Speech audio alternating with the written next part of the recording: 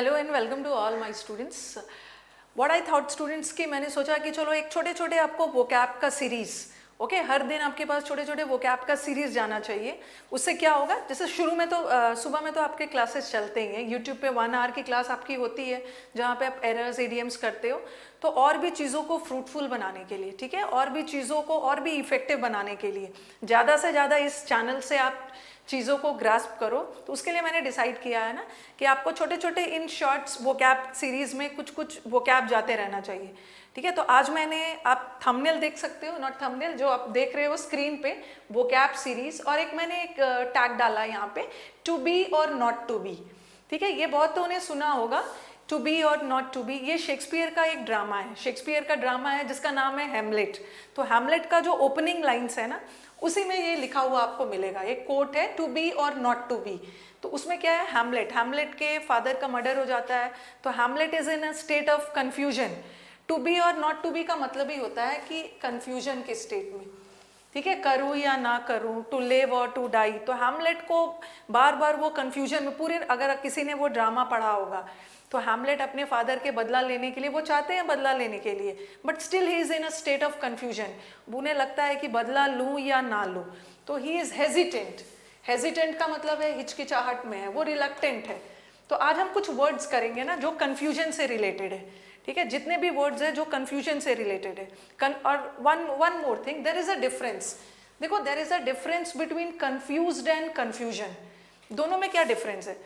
Confusion का मतलब होता है डिसऑर्डर। जैसे मैं रूम में एंटर की, ओके, मैं रूम में एंटर की तो the room was in a state of confusion. एक कन्फ्यूजन का मतलब होता है ना अस्त व्यस्त, एक कन्फ्यूजन का मतलब है डिसऑर्डर, ठीक है। कन्फ्यूजन में है पूरा रूम, डिसऑर्डर में है, अस्त व्यस्त है, ठीक है। और एक वर्ड है कन्फ्यूज्ड।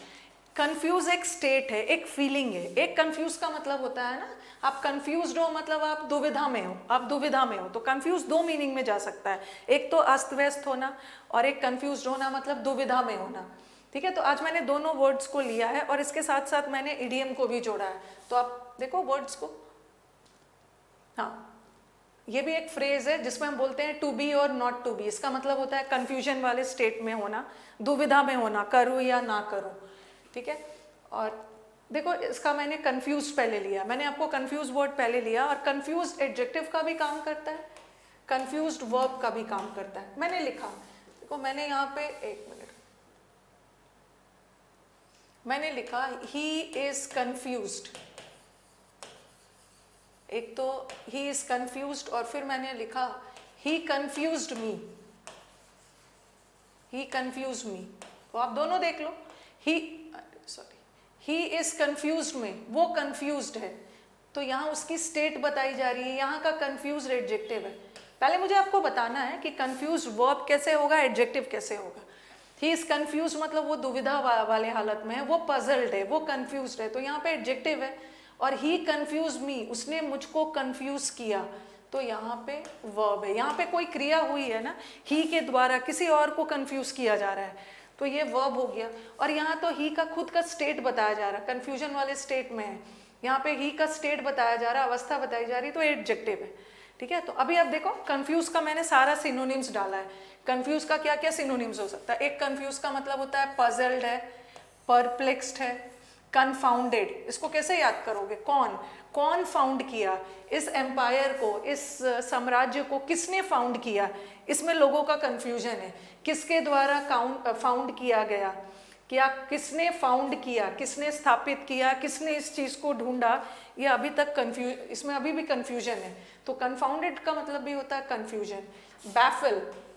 बैफल का मतलब भी होता है कंफ्यूज। इसको आप लिंक कर लो बफलो से। आप देखोगे कभी कभी आप गाड़ी ड्राइव करते हुए जा रहे हो, बीच रास्ता में आपको बफलो मिल जाए, ठीक है, बफलो बैठे हुए मिल जाए, आप हॉर्न देते जाओगे बट वो बफलो कंफ्यूज्ड है कि किस ओर जाए, ठीक है, किस ओर जाए, तो बफलो की तरह कंफ्यूज्ड है।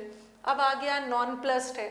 चलो नॉन प्लस को तो मैं जोड़ लेती हूँ प्लस पे, मैं अन अकेडमी पे पढ़ाती हूँ, अन अकेडमी के प्लस कोर्स पे पढ़ाती हूँ, और प्लस कोर्स पे इतने ज़्यादा टीचर्स हैं ना, मैथ्स के इतने टीचर्स हैं, रीजनिंग के इतने टीचर्स हैं, इंग्लिश के इतने टीचर्स हैं, तो समटाइम्स बच्चे प्लस पे एडमिशन लेके नॉन प्लस हो जाते हैं। नॉन प्लस हो जाना मतलब कंफ्यूज हो जाना है कि किस टीचर से पढ़ना है। पढ़ना तो किसी एक ही टीचर से आपको, तो नॉन प्लस का मतलब भी होता है कंफ्यूज्ड हो जाना, बफलो की तरह समझ में नहीं आ रहा है, रोड के इस साइड जाए उस साइड जाए, बैफल्ड हो गया है।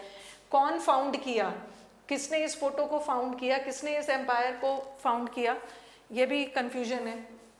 और नेक्स्ट वर्ड है ऑब्फ्यूस्केट। देखो ये वर्ड में फ्यूज वर्ड है, देखो फ्यूज, कंफ्यूज में भी FUS है, FUS, तो ऑब्फ्यूस्केट में भी फ्यूज वर्ड है। फ्यूज का मतलब भी होता है कंफ्यूज होना, कंफ्यूज होना। मडल्ड, मड का मतलब क्या है, गीली मिट्टी, दलदल, मड में मिट्टी में फंसा हुआ है, उसको समझ में नहीं आ रहा है, दलदल में फंसा हुआ है, कैसे निकले, वो कंफ्यूज्ड है। ठीक है, ये तो इसका सिनोनिम्स हो गया। अब एंटोनिम्स क्या हो गया, ईज वर्ड किससे आया, इजी से, किसी के काम को और भी ईज कर देना, मतलब वो कंफ्यूज्ड है, उसको ईज कर देना मतलब कंफर्ट कर देना, काम को आसानी से होने देना, वो दुविधा में है, उसकी दुविधा को दूर करना, ईज करना। सूद करना भी पता है, शांत करना, कंफर्ट करना। एक्सप्लिकेट, एक्सप्लिकेट मतलब आसानी से किसी चीज को समझाना, ये तो कंफ्यूज्ड होना, और एक्सप्लिकेट मतलब आसानी से चीजों को समझाना। फैसिलिटेट करना, फैसिलिटेट मतलब फैसिलिटी देना, किसी भी चीज़ को फैसिलिटेट करना ना, उसको आसानी से होने देना, कंफ्यूजन दूर करके। तो ये तो आपका कंफ्यूज्ड हो गया। और नेक्स्ट वर्ड है कंफ्यूजन। एक तो कंफ्यूज मतलब दुविधा बताया, दुविधा वाले हालत में ही इज कंफ्यूज्ड, मैथ्स पढ़ूँ, रीजनिंग पढ़ूँ, कैसे वर्ड पावर इंप्रूव करूँ। बट एक कंफ्यूजन का मतलब होता है ना disorder, disorder in a state of अस्त व्यस्त। ओके, तो इसका देखो सिनोनिम्स मैंने डाल दिया, केओस, केओस डाला है। केओस तो एक बहुत कॉमन सा वर्ड है जो आप हमेशा यूज भी करते हो। फिर है पैंडीमोनियम, से पार्लियामेंट वगैरह में देखोगे ना, ऑपोजिशन यहाँ से हल्ला कर रहा है, ओके, रूलिंग पार्टी यहाँ से, दोनों में बहस हो रही है, पैंडीमोनियम हो जाता है। पैन, पैन का मतलब होता है ऑल, पैन का मतलब है ऑल, और डेमो का मतलब होता है पीपल। डेम जैसे डेमोक्रेसी होता है ना, डेमोक्रेसी, डेमोक्रेसी पीपल से रिलेटेड है, डेमोक्रेटिक, ऑल पीपल। और पैन का मतलब ऑल और डेम का मतलब है पीपल, सारे लोग एक जगह इकट्ठा हो जाएं तो पैंडीमोनियम हो जाता है। पैंडीमोनियम का मतलब क्या है, डिसऑर्डर, डिसऑर्डर। या तो आप इसको ऐसे भी याद कर सकते हो, डेमन, डेमन, डेमन का मतलब है राक्षस, राक्षस, राक्षस, बहुत सारे राक्षस क्या करते हैं, राक्षस जहाँ भी जाएंगे ना, the Demons and all, they will create a utter confusion, बहुत ज़्यादा कन्फ्यूजन क्रिएट करेंगे। फिर है टर्मोइल, टर्मोइल, टर्मोइल को कैसे याद करोगे, ऑयल, ऑयल, ऑयल, ऑयल का प्राइस थोड़ा सा भी फ्लक्चुएट होता है तो चारों तरफ देखोगे, तेल के प्राइस में, तेल की कीमत थोड़ा सा भी ऊपर नीचे होता है तो पूरे वर्ल्ड में, पूरे ग्लोबली डिसऑर्डर हो जाता है। Then you have upheaval, upheaval कैसे याद करोगे, अप, हेवन, हेवन में भी, ये मैं आपको छोटे छोटे टेक्निक्स बता रही हूँ कि आप जोड़ के कैसे याद कर सकते हो। अपहीवल, हेवन में भी, हेवन में भी सत्ता के लिए, राजगद्दी के लिए, अब हेवन में भी राजगद्दी के लिए झगड़ा होता है, डिसऑर्डर होता है कि मैं हेवन का राजा बनूंगा। टर्बुलेंस, टर्बुलेंस वर्ड को याद कर लो, डिस्टर्ब, इसमें भी टर्ब है, टर्ब, टर्ब, परटर्ब्ड। प्लेन टर्बुलेंस भी होता है, टर्ब का मतलब भी होता है कोई भी चीज डिस्टर्ब्ड है, डिस्टर्ब्ड है मतलब डिसऑर्डर में, जब मौसम खराब होता है तो प्लेन में टर्बुलेंस होता है। ओके, अब देखो हल्ला बलो, हल्ला बलो तो आप आराम से याद कर लोगे, हल्ला बलो, हल्ला बलो का मतलब होता है कि हल्ला करना, शोर शराबा करके डिस्टर्ब करना, डिस्टर्ब करना। बेडलेम, बेडलेम कई बार आपको पेरेंट्स बोलते भी है, मदर आपको आके डांटते हैं, बेड पे आप पढ़ने बैठे हो, पूरे बेड पे बुक्स फैला लिया है, पढ़ना लिखना है नहीं, पूरे जगह बुक्स को स्प्रेड करके रखा हुआ है, तो मदर आके बोलते हैं ना, बेड पे पूरा डिसऑर्डर क्रिएट किया है, पूरा बेड पे बुक्स फैला दिया है, डिसऑर्डर किया है। फिर है अप्रोर, रोर मतलब गरजना, जब शेर जंगल में गरजता है तो क्या होता है, सारे बाकी एनिमल्स के बीच में कंफ्यूजन क्रिएट हो जाता है, सब डर जाते हैं। तो ये सारे आपके और वर्ड्स है, इसमें आप और भी वर्ड्स लिख सकते हो, जैसे यहाँ पे आप लिख सकते हो रकस, रकस का मतलब भी है अफरा तफरी, डिसऑर्डर, डिसऑर्डर, डिसऑर्डर आप बोल सकते हो, इसमें भी डिसऑर्डर है। राक्षस, राक्षस आके सब जगह डिसऑर्डर फैलाते हैं, ठीक है। और इसका एंटोनिम क्या हो जाएगा, इसका एंटोनिम हो जाएगा पीस। हारमोनी, हारमोनियम से, हारमोनियम एक म्यूजिकल इंस्ट्रूमेंट है, वहाँ से सुर अच्छे अच्छे सुर निकलते हैं, तो हारमोनियस रिलेशनशिप का मतलब होता है वेरी पीसफुल, वेरी पीसफुल, ठीक है। अच्छा एक चीज़ और मुझे बताना था, what is the difference between peace, peaceful, या हाँ पीसफुल और पीसफुलनेस में क्या डिफरेंस है, या पीस ही बता रही हूँ, दोनों में क्या डिफरेंस है, पीस और पीसफुल में डिफरेंस एक साथ ही मैं इसको बताती हूँ। चलो इसको छोड़ो, पहले आप ये देख लो, पीस और पीसफुल में क्या डिफरेंस है, पीस और पीसफुलनेस में। ओके, पीस और पीसफुलनेस में क्या डिफरेंस है। ये पीस का मतलब होता है ना बहुत फ्रेंडली होना, फ्रेंडली होना, किसी से लड़ाई झगड़ा नहीं करना है, ऑलवेज कंट्री के पीस के लिए, कंट्री में लड़ाई झगड़ा नहीं हो, कंट्री का पीस बहुत ज़रूरी है, किसी के लाइफ में पीस बहुत ज़रूरी है। और ये पीसफुलनेस का मतलब क्या होता है, पीसफुलनेस का मतलब है जनरली हम प्लेसेस के लिए करते हैं, जैसे बोलते हैं ना this is a very peaceful place, this is a very peaceful, peaceful का मतलब होता है शांति। ओके, बहुत silent, very tranquil, very serene, शांत वाली जगह। बट ये पीस का मतलब है लड़ाई झगड़ा नहीं, फ्रेंडली होना, ठीक है। और सीरीनिटी भी बताया, सीरीन का मतलब भी होता है बहुत शांति, ट्रैंक्विलिटी, ये कई बार आपको बताया भी है। जब एनिमल्स हिंसक हो जाते हैं, एनिमल्स भड़क जाते हैं, लोगों को भी जो पागल होते हैं, पागल खाना में देखो, कब समटाइम्स आप देखोगे ना lunatic persons and all, when they go violent, when they become historic, जो बहुत वायलेंट हो जाते हैं, तो उनको अचानक उनको ट्रैंक्विल इंजेक्शन में ट्रैंक्विलाइजर दिया जाता है उनको शांत करने के लिए। तो ट्रैंक्विलिटी का मतलब भी शांति है। प्लासिड भी पता है, प्लासिड का मतलब भी होता है कि क्रिकेट कमेंट्री में भी सुनते हो, कमेंटेटर्स बोलते हैं तो पिच इज़ वेरी प्लासिड, जो क्रिकेट का पिच है वो बहुत प्लासिड है, शांत है, उसमें उछाल, बॉल बाउंस कम करेगा, उछाल नहीं है ज़्यादा, शांत है, पिच शांत है। क्वाइट्यूड का मतलब भी है क्वाइट रहना, शांति रखना, ठीक है। तो ये मैंने आज आपको डिफरेंस बताया कंफ्यूज्ड और कंफ्यूजन में, दोनों मोर और लेस एक दूसरे से रिलेटेड है, बट कंफ्यूजन फीलिंग नहीं होती है। कंफ्यूजन का मतलब है अस्त व्यस्त, अस्त व्यस्त, बट कंफ्यूज्ड होना मतलब दुविधा में होना, डायलेमा में होना, ठीक है। और उससे रिलेटेड देखो कुछ मैंने आपको कुछ इडियम्स भी डाला है, तो इसी को बोलते हैं स्मार्ट स्टडी।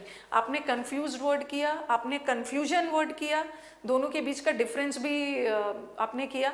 क्योंकि जैसे आप रूम में जाते हो तो रूम में अस्त व्यस्त देखते हो तो आप बोलते हो ना देयर वाज अटर कन्फ्यूजन, इतना चारों तरफ अस्त व्यस्त था, मैं तो कंफ्यूज हो गई कि आप रूम को साफ कैसे करना है।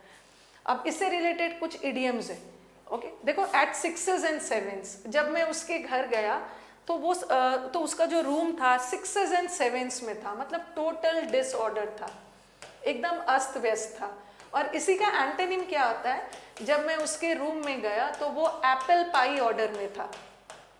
एप्पल पाई ऑर्डर का मतलब क्या है, एप्पल पाई ऑर्डर का मतलब होता है मतलब एकदम अरेंज था, ठीक है, एकदम अरेंज था, एकदम ऑर्डरली था, ओके, एकदम अच्छे से था, जिसको हम बोलते हैं ना बहुत नीट एंड क्लीन, जिसको हम बोलते हैं बहुत spick and span. Spick and span का मतलब भी है एकदम नीट एंड टाइडी, बहुत चीज़ों को बहुत अच्छे से अरेंज करके रखा था। मैंने इसका एंटेनिम्स बता रही हूँ। 6s and 7s का मतलब होता है डिसऑर्डर, अस्त व्यस्त। और ये 6s and 7s ना हम कंफ्यूज्ड के लिए यूज़ नहीं करते हैं, कंफ्यूज तो एक फीलिंग है, बट हम कंफ्यूजन के लिए यूज़ करते हैं अस्त व्यस्त के सेंस में। और इसी का उल्टा हो गया एप्पल पाई ऑर्डर, जो अच्छे से अरेंज है। इसका एक और इडियम आता है स्पिक एंड स्पैन, इसका एक और इडियम आता है, लिखते जाना सब, इमैक्यूलेट। इमैक्यूलेट का मतलब भी होता है बहुत क्लीन, साफ सुथरा। तो जो भी आप अलग से आप मैं लिखती हूँ ना, तो होपफुली आप कॉपी बनाते होंगे, उसमें रखा होगा आपने, ठीक है। इमैक्यूलेट का मतलब भी साफ सुथरा, एप्पल पाई भी साफ सुथरा, ऑर्डरली, स्पिक एंड स्पैन ये भी साफ सुथरा, बट ये तो अस्त व्यस्त। और ये देखो at one's wits end, at one wits end का मतलब भी होता है ना कंफ्यूजन में कोई व्यक्ति, ये अस्त व्यस्त के लिए यूज नहीं होता है। एट वन विट्स एंड हम उसके लिए बोलते हैं ना, वो व्यक्ति एकदम कंफ्यूज्ड है, उसको समझ में नहीं आ रहा है, दुविधा में, दुविधा में। एट अ लॉस, अब ये नहीं सोचना कि लॉस में है मतलब हानि में है, एट अ लॉस में है मतलब एकदम दुविधा में है। एट अ फिक्स, कभी कभी हम बोलते भी है किसी को माई गॉड ये तो एकदम फिक्स हो गया, एक ही जगह पे फिक्स हो गया, हिल डोल नहीं रहा है। कभी कभी ऐसा होता है ना, बहुत सरप्राइज हो जाते हो, एकदम कंफ्यूज हो जाते हो, आपको समझ में नहीं आता है कि आगे क्या करना है, तो एकदम फिक्स हो जाते हो। एट सी, अगर आपको समुद्र के बीच में छोड़ दिया जाए तो आप तो एकदम कंफ्यूजन में हो जाओगे कि भाई आगे कैसे करना है, कैसे बचकर निकलना है। डिलेमा तो पता ही है। कैच 22 सिचुएशन का मतलब भी होता है, कैच 22 सिचुएशन का मतलब भी होता है कंफ्यूजन में होना, दुविधा में होना। फिर है chicken and egg, chicken and egg situation, ये तो आप अक्सर सुनते हो, बोला जाता है ना पहले मुर्गी आई या पहले अंडा आया, इसी में लोग बिजी है, कौन सा पहले आया, सबको कंफ्यूजन है, पहले चिकन या पहले egg. In a flutter, flutter का मतलब भी होता है in a state of confusion, he is in a flutter, flutter में है मतलब वो भी कंफ्यूजन है। ये सारे मैंने मुहावरेज लिख दिए हैं, इडियम्स जो कंफ्यूजन से रिलेटेड है। ये भी कई बार आया है, अल्फाबेट सूप, सूप में अल्फाबेट डाल दिया गया, ABCD, बच्चा बेचारा कंफ्यूज है एक जगह एक ही सारा सब चीज को देखकर। तो all these are idioms okay which are related to the word confusion. तो what I have done, I have tried कि सारा कंफ्यूजन वाला वर्ड एक जगह मैंने डाल दिया है ताकि आपको पढ़ना आपके लिए इजी हो जाए। बाकी तो बाकी सारे वर्ड्स तो आपके है ही, ठीक है। तो होपफुली मुझे लग रहा है आपको ये सेशन अच्छा लगा होगा। सिंस ये वीडियो आपके पास रिकॉर्डेड जाएगा तो I want, it's my request to all the students कि अगर आपको ये सेशन अच्छे लगे हैं तो आप एक बार कमेंट बॉक्स में अपना कमेंट दीजिएगा, ठीक है। आप अपना कमेंट बॉक्स में कमेंट दीजिएगा ताकि आप ऐसे वाले आपके और भी सेशंस मिले, वेदर आपको ये सेशन पसंद आया या नहीं आया। ऐसे बहुत सारे वर्ड, जैसे वेन है, ठीक है। मैंने डिसाइड किया बहुत, अब खाली वर्ड्स नहीं पढ़ाना, कंपेयर करना। वेन, एक वेन का मतलब होता है बेकार, फ्रूटलेस, और एक वेन का मतलब होता है घमंड, ठीक है। रिवर्बिब्रेशन का मतलब होता है एको करना, और एक रिवर्बिब्रेशन का मतलब होता है रिजल्ट होना। तो अभी हम कुछ ऐसे वर्ड्स करेंगे ना जिस वर्ड के दो मीनिंग है, और वो दो मीनिंग का सिनोनिम्स भी करेंगे, एंटोनिम्स करेंगे, and then we will link it with idioms and all. Okay, तो छोटे छोटे सेशंस आपके पास जाएंगे तो आपके लिए और भी इजी हो जाएगा। और बाकी तो मॉर्निंग में जो आपका 1 आवर का सेशन चलता है वो तो है ही, ठीक है। अगर सेशन पसंद आ रहे हैं आपको तो एक बार आप कमेंट बॉक्स में अपने कमेंट जरूर देना। इसके अलावा कुछ भी सजेशंस, मैं अगर नहीं पढ़ पाती हूँ तो मेरा टेक्निकल टीम उस सजेशंस को जरूर पढ़ता है, मुझ तक ये बात पहुँच जाती है। क्लोस्टर्स वगैरह का सेशन शुरू ही होगा, ठीक है, वो सब शुरू हो गया, उसके लिए आपको बहुत परेशान होने की ज़रूरत नहीं है, ठीक है। सेशंस अच्छे लगेंगे तो एक बार लाइक जरूर कर देना, दोस्तों के बीच में शेयर करना, फ्री सेशंस है, मैक्सिमम बच्चों तक जाए। टेलीग्राम से जरूर जुड़ जाना, ठीक है। वीडियो के नीचे टेलीग्राम का लिंक दिया हुआ है। जो भी मैं पढ़ाऊंगी, जिस दिन जो भी पढ़ा रही हूँ उसका नेक्स्ट डे आपको वोकैब का सीरीज का सारा PDFs टेलीग्राम पे मिल जाएगा। तो टेलीग्राम से जुड़ना, वीडियो के नीचे टेलीग्राम का लिंक दिया हुआ है, ठीक है। चलो मिलते हैं नेक्स्ट सेशन में, थैंक यू।